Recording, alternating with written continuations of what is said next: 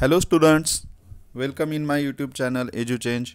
Today we will learn a fable, the town mouse and the country mouse. I am reading this story here.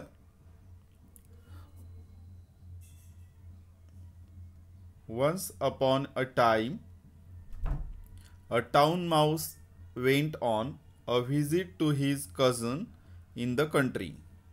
The country mouse was a simple, rustic fellow. He loved his town friend. He gave him a hearty welcome. Beans, cheese, and bread were all he had to offer. But he offered them freely. The town mouse rather turned up his long nose at his simple country fare and said, "I cannot understand, cousin, how you can put up with this poor food.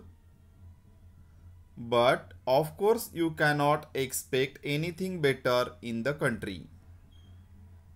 Come with me and I will show you how to live. When you see town life, you will wonder how you could ever live in the country." No sooner said than done. The two mice set off for the town and arrived at the big house where the town mouse lived in a hole.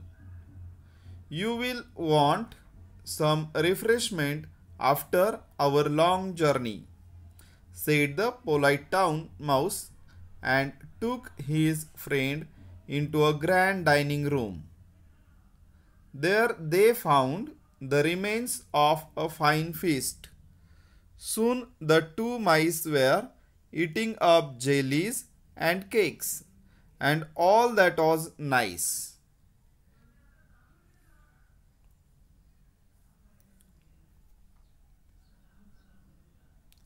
Suddenly they heard growling and barking. "What is that?" said the country mouse. "It is only the dogs of the house," answered the other. "Only?" said the country mouse. "I do not like that music at my dinner." Just at that moment, the door flew open. In came two huge mastiffs, and the two mice had to scamper down and run off. "Goodbye, cousin," said the country mouse. "What? Going so soon?" said the other. "Yes," he replied. "Better beans and bread in peace than cakes and jellies in fear." Adapted from Aesop's Fables. मित्रांनो, या पाठामध्ये आपण युसुफने सांगितलेल्या ज्या दोन गोष्टी आहेत त्या या ठिकाणी पाहत आहोत. त्यापैकी पहिली जी गोष्ट होती the two friends and the bear, ही आपण या अगोदरच्या व्हिडिओमध्ये पाहिली. आता या ठिकाणी आपण the town mouse and the country mouse, आपण या पाठाचं जे इंट्रोडक्शन पाहिलं, प्रस्तावना जी पाहिली, त्यामध्येच याचा उल्लेख केला होता की the town mouse and the country mouse ही जी स्टोरी आहे ही इंग्लिश कंडिशनमध्ये आपल्याला या ठिकाणी उपलब्ध झालेली आहे.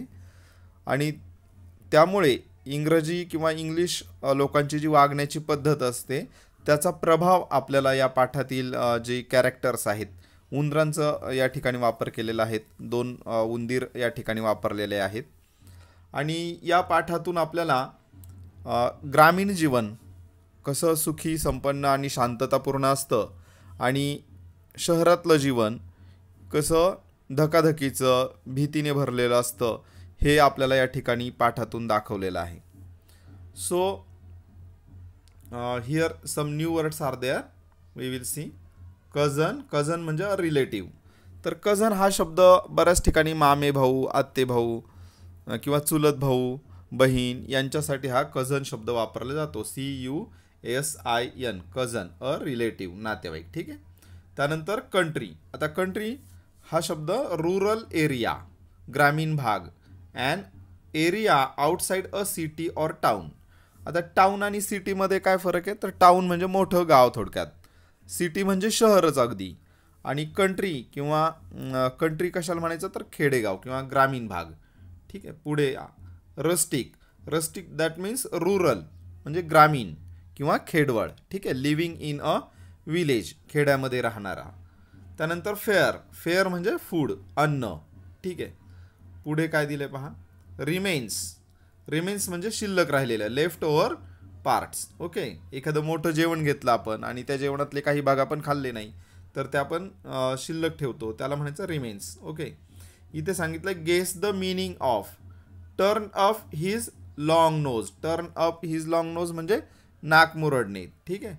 त्यानंतर पुट अप विथ म्हणजे विना तक्रार भागवून घेणे, जमवून घेणे, तक्रार न करता. त्यानंतर सेट ऑफ. सेट ऑफ म्हणजे जायला निघणे, आणि रिफ्रेशमेंट म्हणजे नाश्ता. ठीक आहे. इथे आपल्याला थिंग्स टू डू, आपल्याला काही करायला सांगितल्यात गोष्टी, आपण त्या पाहणार आहोत. तर आपण आता या गोष्टीचा थोडासा मराठी अनुवाद लक्षात घेऊ, म्हणजे तुम्हाला अंडरस्टँडिंगला सोपं होईल. ठीक आहे. आता इथे पहा, पहिल्या परिच्छेदामध्ये सांगितलंय, once upon a time a town mouse went on a visit to his cousin in the country. एकदा काय झालं की हा जो मोठ्या गावामध्ये राहणारा जो उंदीर होता, तो एका खेड्यातल्या त्याच्या नातेवाईकाकडे गेला. खेड्यामध्ये राहत होता त्याचा भाऊ, चुलत भाऊ वगैरे असेल, त्याच्याकडे गेला. आता त्याचं नाव आपण कंट्री माऊस ठेवलं. जो खेड्यामध्ये राहतो तो कंट्री माऊस, आणि जो शहरातून आलाय तो टाउन माऊस. हे कन्फर्म लक्षात ठेवा. आता टाउन माऊस जेव्हा कंट्री माऊसकडे गेला, खेड्यातल्या माऊसकडे गेला, त्यावेळेस काय झालं, the country Mouse was simple rustic fellow. तो खेडवळ होता, ग्रामीण होता, आणि आपल्याला माहिती आहे ग्रामीण खेड्यामध्ये राहणारे लोक स्वभावाने चांगले असतात. म्हणजे शहरातले वाईट असतात असं नाही, परंतु जनरली ती शांत आणि सुस्वभावी आणि नम्र असतात, बऱ्याचदा दिसून येतं. म्हणून इथे सांगितलं की रस्टिक फेलो होता, सिम्पल होता, साधा होता.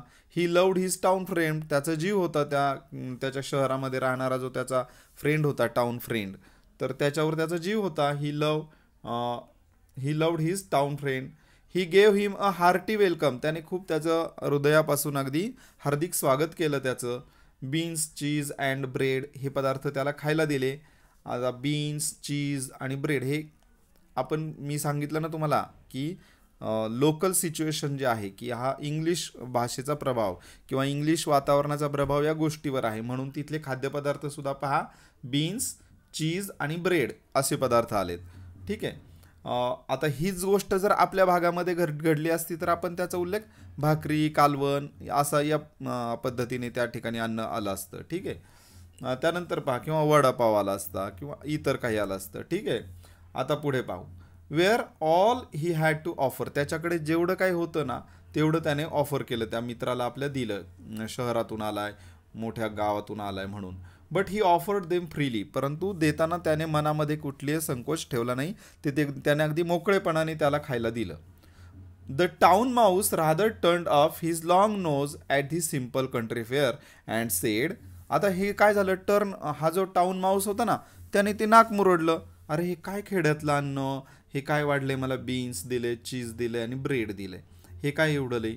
आणि मग त्याने कंट्री फेअर इथे शब्द वापरला, खेड्यातलं जेवण. ठीक आहे. खेड्यातले अन्नपदार्थ. आणि तो काय म्हणाला पहा, तो म्हणाला, I can't understand cousin how you can put up with this poor food. तू ह्या अगदी साध्या अन्नपदार्थांबरोबर कसं जमवून घेतोस. But of course you cannot expect anything better in the country. परंतु तुला तरी खेड्यात काय मिळायचं आहे असं वेगळं ना, असं पण तो म्हणाला. Come with me and I will show you how to live. चल माझ्याबरोबर शहरामध्ये, मी तुला सांगतो कसं जगायचं ते. When you see town life you will wonder how you could ever live in the country. मग तू जेव्हा ते पाहशील ना माझं शहरातलं जीवन, त्यावेळेस मग तुला कळेल आपण उगाच इतका दिवस खेड्यामध्ये राहिलो, कसा काय वेळ घालवला खेड्यामध्ये. No sooner sed than done. आता ही एक फ्रेज आहे पहा, एक महत्त्वाची फ्रेज आहे धड्यातून.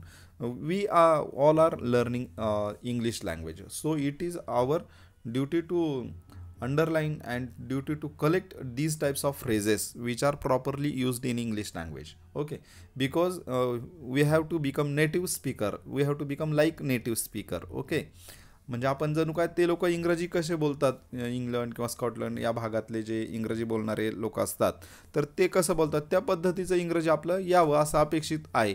आणि म्हणून if we note these phrases then we can use these types of phrases in our speaking. Okay, म्हणजे आपल्या बोलण्यामध्ये जर ते वाक्प्रचार म्हणी आल्या तर आपलं बोलणं काय वाटेल, सहज आणि फ्लुएंट वाटेल. The two MICE set of for the, तुम्हाला त्याचा अर्थ सांगायचा राहून गेला. No sooner sed than done म्हणजे काय, तर no sooner sed than done म्हणजे आपल्याकडे मराठीमध्ये एक म्हण वापरली, बोला फुलाची गाठ, म्हणजे बोलेल तसे करणे, बोलणे तसे करणे. हां, तर ते जसं बोलला का की बा चल माझ्याकडे, तसं त्या दोघांचं लगेच ठरलं आणि ते दोघे जण म्हणजे खेड्यातला उंदीर आणि शहरातला उंदीर हे दोघेही शहराकडे जायला निघाले. The two Mouse set of for the town. तर आता अशा पद्धतीची ती फ्रेज आहे, लक्षात घ्या त्याचा वापर. The two MICE set of for the town and arrived at the big house where the town mouse lived in a hole. ते दोघे जण शहरामध्ये आले आणि शहरामध्ये एका बिळामध्ये तो राहत होता. त्या घरामध्ये ते एक मोठं घर होतं, big house was there and they arrived at the big house where the town mouse lived in a hole. एका बिळामध्ये तो राहत होता. You will want some refreshment after our long journey. आपला एवढा लांबचा प्रवास झाला जर्नी, तर त्या प्रवासानंतर तुला थोडंसं नाश्ता पाणी करावं लागेल ना, म्हणून तो म्हणला की आपण नाश्ता पाणी करू. Said the polite town mouse. तोही नम्र होता, तसा पोलाईट होता, polite town mouse. And took his friend in to a grand dining room. आणि मग तो त्याच्या मित्राला घेऊन एका मोठ्या जेवणाच्या खोलीमध्ये गेला. ग्रँड डायनिंग रूम की जिथे जेवण करतात लोक टेबलावर वगैरे बसून, टेबलावर. ठीक आहे, तर त्याला म्हणायचं dining room. There they found the remains of a fine feast. तर तिथे मेजवानी झालेली होती आणि त्या मेजवानीतलं बरेचसे चांगले चांगले पदार्थ शिल्लक राहिलेले होते. रिमेन्स म्हणजे शिल्लक राहिलेले पदार्थ. ठीक आहे. Soon the two mice were eating up jellies and cakes and all that was fine. तर त्या ठिकाणी त्या दोघांनी जेलीज आणि केक्स, आता हे शहरातले पदार्थ आले. खेड्यातले काय पाहिले आपण, बीन्स पाहिलं, त्यानंतर चीज पाहिलं आणि ब्रेड पाहिलं. आता हे शहरातले पदार्थ कोणते आले, jellies and cakes and all that was nice. आणि आणखी काही पदार्थ होते तर ते अतिशय चांगले असे पदार्थ होते. इथे थोडीशी काही ॲक्टिव्हिटी दिली ती पाहून आपण पुढे जाऊ. You can see here I think this is town mouse and this one is that means country Mouse. Okay, आणि ते दोघेजण इथे पहा कसे बोलत उभे राहिलेले आहेत, त्यांच्या काही चर्चा चाललेली असेल. इकडे पलीकडे टेबल खुर्ची दिसते, टेबलावर इथे मेजवानीचे काही पदार्थ दिसत आहेत तुम्हाला. ठीक आहे, आणि खाता खाता याच्या हातातलं ते सांडून गेले, हा हातामध्ये घेऊन खातोय.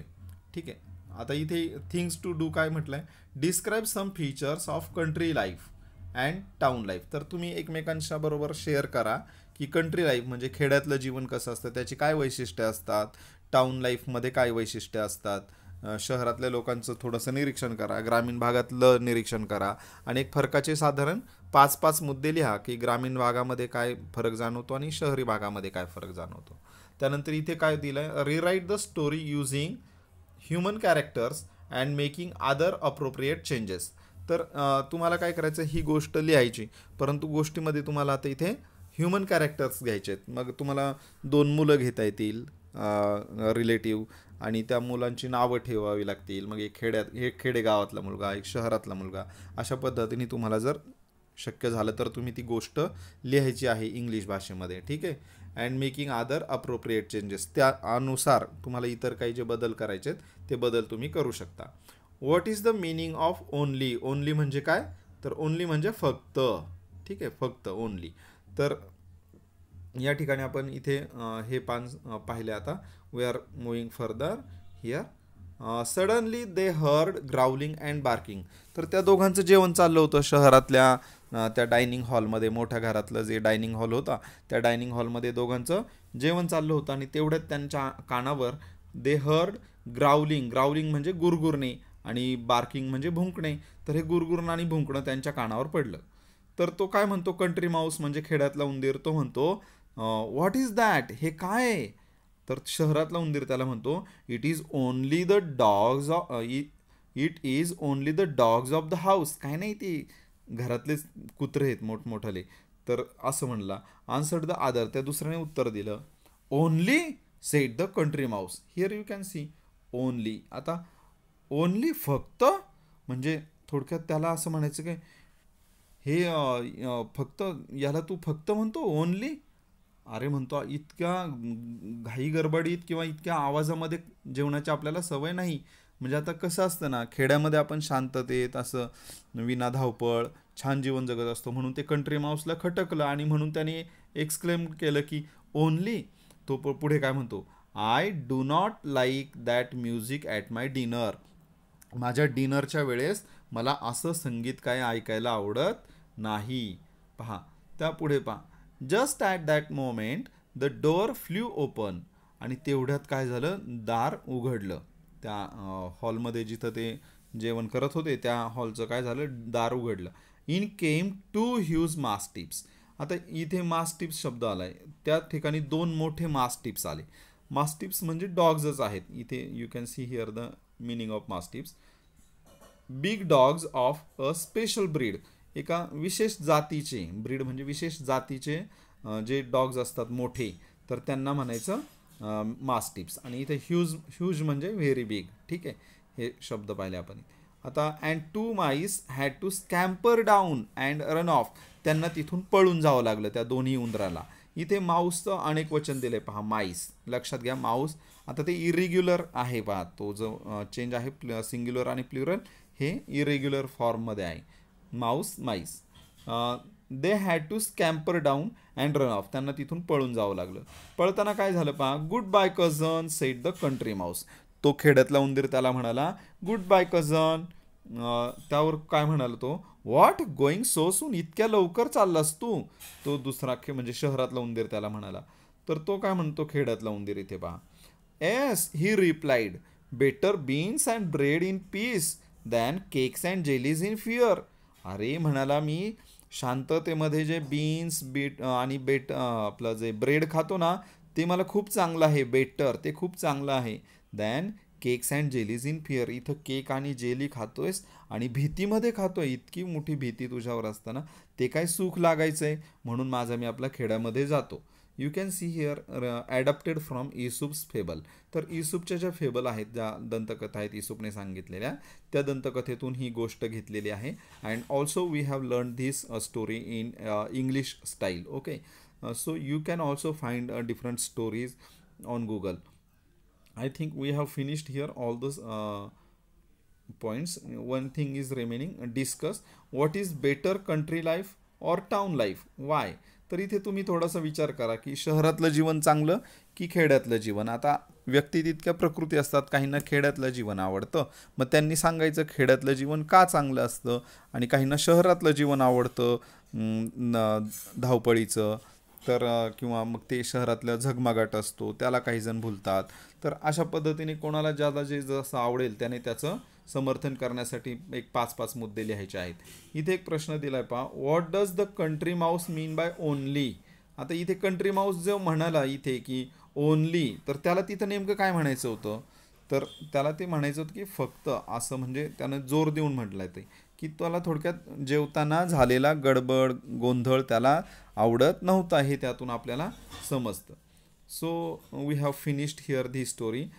In next video we will see English workshop of both stories. I think there are too much work for all of us, because language study, that part is also vast in that workshop. So we will finish all the workshop in next video. So I am very thankful to all of you for watching my video. Thank you all of you. Bye everyone.